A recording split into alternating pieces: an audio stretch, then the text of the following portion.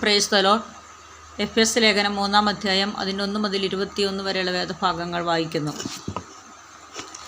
അത് നിമിത്തം പൗലോസ് എന്ന ഞാൻ ജാതികളായ നിങ്ങൾക്ക് വേണ്ടി ക്രിസ്തുയേശുവിന് ബദ്ധനായിരിക്കുന്നു.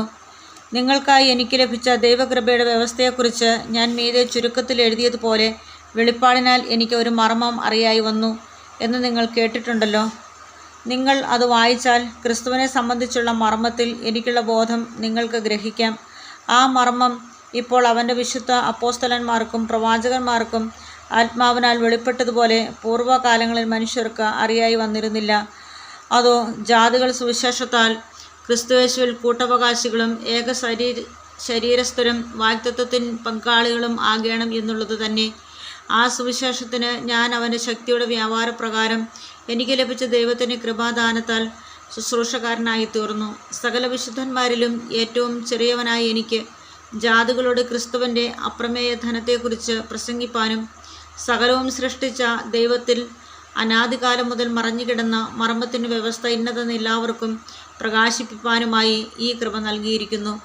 അങ്ങനെ ഇപ്പോൾ സ്വർഗത്തിൽ വാഴ്ചകൾക്കും അധികാരങ്ങൾക്കും ദൈവത്തിൻ്റെ ബഹുവിധമായ ജ്ഞാനം അവൻ നമ്മുടെ കർത്താവായ യേശു ക്രിസ്തുവിൽ നിവർത്തിച്ച അനാദി നിർണയ പ്രകാരം സഭ മുഖാന്തരം അറിയായി വരുന്നു.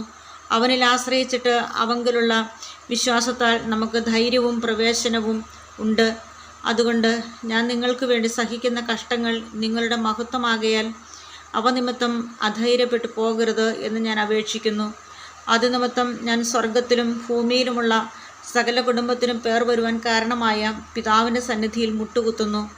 അവൻ തൻ്റെ മഹത്വത്തിൻ്റെ ധനത്തിന് ഒത്തവണ്ണം അവൻ്റെ ആത്മാവിനാൽ നിങ്ങൾ അകത്തെ മനുഷ്യനെ സംബന്ധിച്ച് ശക്തിയോടെ ബലപ്പെടേണ്ടതിനും ക്രിസ്തു വിശ്വാസത്താൽ നിങ്ങളുടെ ഹൃദയങ്ങളിൽ വസിക്കേണ്ടതിനും വരം നൽകണം എന്നും നിങ്ങൾ സ്നേഹത്തിൽ വേരൂന്നി അടിസ്ഥാനപ്പെട്ടവരുമായി വീതിയും നീളവും ഉയരവും ആഴവും എന്ത് എന്ന് സകല വിശുദ്ധന്മാരോടുകൂടെ ഗ്രഹിപ്പാനും പരിജ്ഞാനത്തെ കവിയുന്ന ക്രിസ്തുവിന് സ്നേഹത്തെ അറിവാനും പ്രാപ്തരാകുകയും ദൈവത്തിൻ്റെ എല്ലാ നിറവിനോളം നിറഞ്ഞു വരികയും വേണം എന്നും പ്രാർത്ഥിക്കുന്നു.